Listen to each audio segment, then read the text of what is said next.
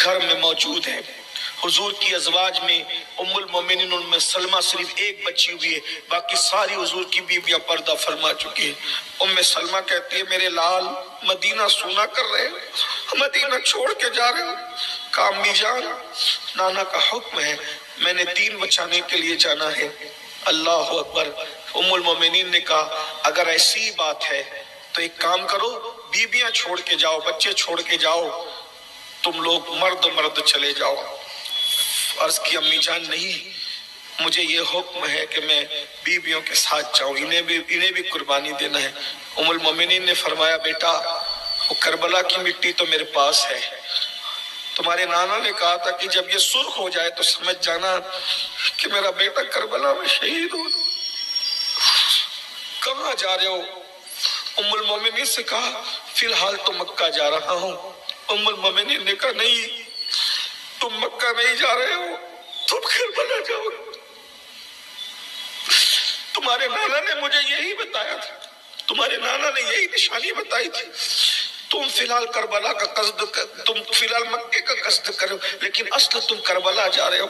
حسین اللہ تمہاری حفاظت کرے۔ اب امام جو ہے گھر میں آتے ہیں تو گھر میں ایک کوہرام مچا ہوا ہے، ایک کوہرام ہے۔ کوہرام کیا تھا؟ سامان بن رہے تھے، سواریاں کھڑی تھی، کجاوے کسے جا رہے تھے، کوئی روتا ہے اس کو تسلی دینا، کوئی بھی لگتا ہے اس کو سمجھانا، امتحان پہ امتحان ہے، قدم قدم پہ امتحان ہے۔ لکھنے والوں نے یہاں تک لکھا 7 سال کی بچی سیدہ سکینہ کو ساتھ لے جانا ہے، 1 مہینے کا بچہ جس کی صرف 1 مہینے کی فی الحال عمر ہے اس علی اصغر کو بھی ساتھ لے جانا ہے، 18 سال کا بیٹا اس کو ساتھ لے جانا ہے، 19 سال کا بھتیجا اس کو ساتھ لے، اس طریقے سے تقریباً گھر کے مردوں میں 14 یا 19 لوگوں کو ساتھ لے جانا ہے، بیویاں ہیں بیویوں کو ساتھ لے جانا ہے۔ لیکن ساتھ جن کو جانا تھا ان میں ایک نام نہیں تھا، وہ نام تھا میرے مولا کی 10 سال کی شہزادی سیدہ بی بی سغرا کا۔ سغرا کا نام نہیں تھا کیونکہ اس دن سغرا علیل تھی، بیمار تھی، ان کو فاطمہ سغرا کہا گیا۔ محققین نے الگ الگ تحقیق کی ہے، بعض لوگوں نے انکار کیا لیکن بہت سے لوگوں نے لکھا کہ سیدہ سغرا کربلا نہیں گئی اس لیے کہ وہ بیمار تھی۔ سیدہ سغرا بیمار تھی، سیدہ کو اٹھایا سینے سے لگایا، سیدہ سغرا نے کہا بابا سب جا رہے ہیں مجھے اکیلے چھوڑ کر، بابا میں بھی چلوں گی۔ میں بیٹا تم بیمار ہو، فی الحال ہم مکہ جا رہے ہیں، جب تم اچھی ہو جاؤ گی ہمیں خط لکھنا، میں تمہارے بھیا علی اکبر کو بھیج کر تمہیں بلا لوں گا۔ یہ سیدہ سغرا حضرت علی اکبر کی سگی بہن ہے، حضرت علی اکبر کی سگی بہن ہے سیدہ سغرا۔ تو کہا کہ علی اکبر تمہارے بھائی کو بھیجوں گا اور ان کے ذریعے سے وہ بلا لوں گا تمہیں، ہم جہاں رہیں گے تم صبر کرو۔ کہا بابا کس نے کہا میں بیمار ہوں؟ کوشش کی کہ میں اپنے باپ کے سامنے یہ ثابت کروں کہ میں بیمار نہیں ہوں، تھوڑا سا بخار ہے بابا، وہ بھی چلوں گی تو تیز دوڑوں گی تو ختم ہو جائے گا، آپ مجھے ساتھ لے چلیں بابا، سواریاں اگر کم ہو تو میں تمہیں ستاؤں گی نہیں، مجھے پیدل بھی چلنا پڑے تو میں پیدل چل پڑوں گی، اگر آپ کے پاس سواریوں کی کمی ہو تو مجھے لے کر چلے، میں پیدل چلوں گی۔ کہا بیٹی ایسی بات نہیں، تم بیمار ہو، تم چل نہیں سکتی۔ کہا کہ بابا میں بہت کام کروں گی آپ لوگوں کے، مجھے ساتھ، جو بھی ایک بیٹی کہہ سکتی تھی۔ یہ تو ایک تصورات کی دنیا ہے، حقائق کون کیا بتائے، کربلا کی حقیقت کون بیان کر سکتا ہے؟ ایک باپ اور بیٹی کا مکالمہ ایک تصورات کی دنیا میں محض چشم تصور سے ہم سوچتے ہیں تو کیا کیا باتیں سامنے آ سکتی ہوگی۔ میں تو علی اصغر کا جھولا بھی جھلانے میں کام آؤں گی، میں تو کھانے بھی بناؤں گی، میں تو کام بھی آؤں گی۔ تم لوگ اگر جنگ کربلا میں مصروف رہے نا اور علی اصغر روئے گا تو میں اس کو گود میں لے کے سنبھال بھی لوں، میں اس کو سنبھال لوں گی، تمہیں ذمہ داری نہیں اٹھانی پڑے گی، لیکن مجھے لے کر تو چلو نا۔ مولا اپنی شہزادی کو گود میں لے کے سر چومتے ہیں، تسلیاں دیتے ہیں، کیونکہ خاندان نبوت میں بیٹی کی بڑی اہمیت ہے، خاندان نبوت بیٹی کو بہت چاہتا ہے۔ اسلام میں بیٹی کی بڑی اہمیت ہے۔ بیٹی کو چوما، بیٹی نے کہا بابا دیکھو میں چل سکتی ہوں، اٹھ سکتی ہوں۔ لکھنے والے لکھتے ہیں کہ سیدہ سغرا 10 سال کی بچی تھی، لیکن باپ سے پیار اتنا تھا کہ باپ کے بغیر رہنا نہیں چاہتی تھی۔ کہا دیکھو بابا میں اٹھ کے کھڑی ہوں اور مجھے بخار بہت تھوڑا سا ہے، کئی دن کی بیمار تھی۔ پوری طاقت کو اکٹھا کیا، سغرا اٹھ کر کے کھڑی ہونے لگی۔ جیسے ہی کھڑی ہونے لگی دھڑام سے نیچے گر گئی۔ لکھنے والا لکھتا ہے کہ بیماری جیت گئی، نبی کی سغرا ہار گئی، سغرا ہار گئی۔ بابا نے کہا بیٹا ہم تمہیں بلا لیں گے، وعدہ کرتے خط لکھنا، جب اچھی ہو جاؤ تو خط لکھنا، ہم تمہیں بلا لیں گے۔ اور اس کے بعد اب اٹھنے کی بھی طاقت نہ رہی۔ ایسے میں سرکار امام نے بیٹیوں کا بیٹی اب بہت باتیں نہ کرو۔ جس بیٹی سے بہت باتیں کرتے تھے، سیدہ سغرا سے بہت باتیں کرتی تھی سغرا اپنے بابا سے، لیکن آج ایک باپ اپنا دامن چھڑا کر اپنی ذمہ داریوں کی طرف بڑھتے ہوئے کہتا ہے بیٹی بہت باتیں نہ کرو، ہمیں جانا ہے۔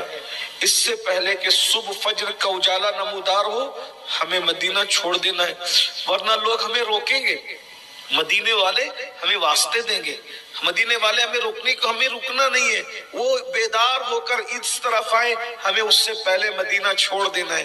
بیٹی بہت باتیں نہ کرو، سب کو ساتھ لیا۔ ام المومنین ام سلمہ کو کہا امی جان میری بیٹی سے مجھے بہت پیار ہے، اپنی امانت تمہیں سونپ کر جا رہا ہوں، یہ میری بیٹی سغرا ہے، ام المومنین میں اسے سونپ کے جا رہا ہوں، یہ آپ کے حوالے ہے۔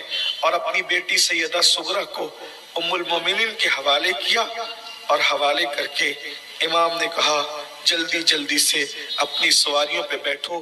بیبیوں کے لیے ہودج تیار کر دیے گئے، سب لوگ اپنی اپنی سواری پہ بیٹھے۔ بالآخر چند رکنی یہ قافلہ مدینہ منورہ سے رات کے آخری پہر میں رخصت ہونے لگا۔ تصورات کی کائنات یہ کہتی ہے مسجد نبوی کے در و دیوار سر اٹھا اٹھا کر اس مختصر سے قافلے کو جاتے ہوئے دیکھ رہے اور حسرت کر رہے تھے کہ کوئی جانے والا ہمیشہ کے لیے جا رہا ہے۔ بس لکھنے والوں نے اینڈ پر اتنا لکھا کہ وہ چند رکنی قافلہ چلتے چلتے گرد و غبار میں چھپ گیا۔ مسجد نبوی کے در و دیوار سر اٹھا کر دیکھتے رہے، بالآخر وہ قافلہ گرد و غبار میں گم ہو گیا، اور مدینے کا اصل وارث، اپنے زمانے کا رسول اللہ کا اصل جانشین، ہمیشہ کے لیے مدینہ چھوڑ کر مدینۃ الرسول سے کوچ کر گیا۔ اور اس کے بعد جب صبح ہوئی لوگوں نے تلاش کیا تو پتا چلا کہ امام مدینے سے تشریف لے گئے۔ بالآخر امام 4 شعبان کو مدینہ منورہ سے نکلے، اور آپ رمضان المبارک کی شروعات سے پہلے مکۃ المکرمہ پہنچ گئے۔ مکۃ المکرمہ پہنچے تو وہاں پر کوفیوں کو پتا چلا کہ امام نے یزید کی بیعت نہیں کی ہے اور امام جو ہے مکہ شریف آ گئے ہیں، تو انہوں نے خط لکھنا شروع کیے، آپ ہمارے یہاں آ جائیے، آپ ہمارے یہاں آئیے، آپ ہمارے یہاں آئیے۔ امام نے کوفہ جانے کی تیاری کی۔ جب کوفہ جانے کی تیاری کی تو حضرت عبداللہ ابن عباس، عبداللہ ابن زبیر اور اکابر صحابہ نے کہا کوفہ والوں نے آپ کے ابا کے ساتھ دھوکہ کیا، آپ کے بڑے بھائی کے ساتھ دھوکہ کیا، آپ کے ساتھ بھی دھوکہ کریں گے، آپ کوفہ نہ جائیں۔ امام نے فرمایا یہ ان کا خط دیکھو، 150 خط میں ایک خط پڑھایا ان کو، وہ خط میں یہ تھا امام اگر آپ ہمارے پاس نہیں آئیں گے ہم طاغوت اور ظالم بادشاہ کے ہاتھ پہ بیعت کر لیں گے جو شریعت کا مذاق اڑاتا ہے، دین کا مذاق اڑاتا ہے۔ امام ہم پھر جو ہے وہ قیامت میں اللہ سے شکایت کریں گے کہ ہم تو مولا تیرے نبی کے نواسے کو بلاتے رہے مگر اس کو شریعت سے زیادہ جان پیاری تھی، اس لیے وہ نہیں آیا، ہم نے مجبوراً ایک ظالم جابر اور شریعت کا مذاق اڑانے والے مسخرے کے ہاتھ پہ بیعت کر لی، پھر آپ اللہ کو جواب دیجیے گا۔ امام نے ابن عباس کے سامنے وہ خط دیا اور خط دے کر فرمایا اگر میں نہیں جاتا ہوں تو دین کا کیا بنے گا، اس لیے مجھے جانا ہوگا۔ عبداللہ ابن عباس نے کہا اگر ایسی بات ہے، جانے کا عزم مصمم ہے، پکا ارادہ ہے، آپ ضرور جائیں، لیکن ایک بات ہے، آپ اپنے جانے سے پہلے آپ اپنے کسی معتمد کو جس پر آپ اعتماد کرتے ہو آپ بھیجیے، وہ پہنچے، حالات سازگار ہوں، خط لکھ کے پھر آپ تشریف لے جائیں، ایسے آپ نہ جائیں۔ تو آپ کے بہنوئی تھے، آپ کے بہنوئی بھی تھے اور آپ کے چچا کے بیٹے بھی تھے۔ حضرت مسلم ابن عقیل، امام حسین کی ایک بہن جو مولا علی کی دوسری بیویوں سے جو بچیاں ہوئی تھی، مولا علی کو کئی بیٹیاں تھی، تقریباً 17 سے زیادہ بیٹیاں بتائی جاتی ہیں مولا علی کی، ان میں سے ایک بیٹی حضرت مسلم ابن عقیل کو دی ہوئی تھی۔ تو یہ بہنوئی بھی تھے اور چچا زاد بھائی بھی تھے اور بڑے معتمد تھے، بڑا پیار تھا ان میں آپس میں۔ مسلم بن عقیل کو آپ نے روانہ کیا۔ اس رشتے سے بھی حضرت محمد اور ابراہیم امام حسین کے بھانجے بھی لگتے ہیں۔ شاید آپ نے اس سے پہلے یہ گفتگو نہیں سنی ہوگی، یہ کہ محمد اور ابراہیم یہ امام حسین کے رشتے میں بھتیجے بھی لگتے ہیں اور بھانجے بھی لگتے ہیں، مسلم ابن عقیل کے بیٹے ہیں۔ ہاں، یہ آپ کے ذہن میں ہونا چاہیے۔ تو پھر حضرت مسلم بن عقیل جو ہے وہ تشریف لے گئے کوفہ۔ آپ جب کوفہ پہنچے اپنے بچوں کے ساتھ تو ایک دن میں کچھ لوگوں نے لکھا 4000 لوگوں نے بیعت کی، کچھ لوگوں نے لکھا 10,000 لوگوں نے بیعت کی، کچھ لوگوں نے لکھا 40,000 لوگوں نے بیعت کی۔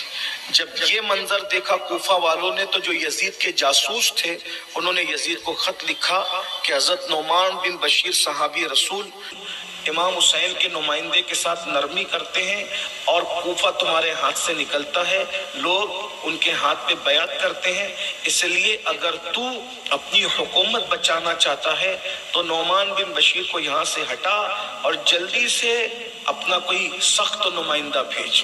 تو اس وقت یزید کا جو مشیر خاص تھا اس کا اپنا بچپن کا دوست جس کا نام سرجون بتایا جاتا ہے، اس سے اس نے مشورہ کیا اور سرجون نے کہا کہ اس معاملے کو اگر کوئی نپٹا سکتا ہے تو وہ عبید اللہ ابن زیاد ہے۔ یہ عبید اللہ ابن زیاد بڑا فسادی آدمی تھا اور بڑا انتہائی نکمہ، اس کی زندگی میں کبھی پہلے بھی بیان کر چکا ہوں، اب ٹائم ختم ہوا ہے۔ تو اس نے عبید اللہ بن زیاد کو خط لکھا، وہ بصرے کا حاکم تھا، کہ تو اپنی جگہ اپنے بھائی کو مقرر کر اور پھر جو ہے وہ تو کوفہ جا اور جیسے ہی پہنچ مسلم بن عقیل کو قتل کر دے، اس کے بچوں کو قتل کر دے اور جو تیری بات نہ مانے ان سب کو قتل کر دے۔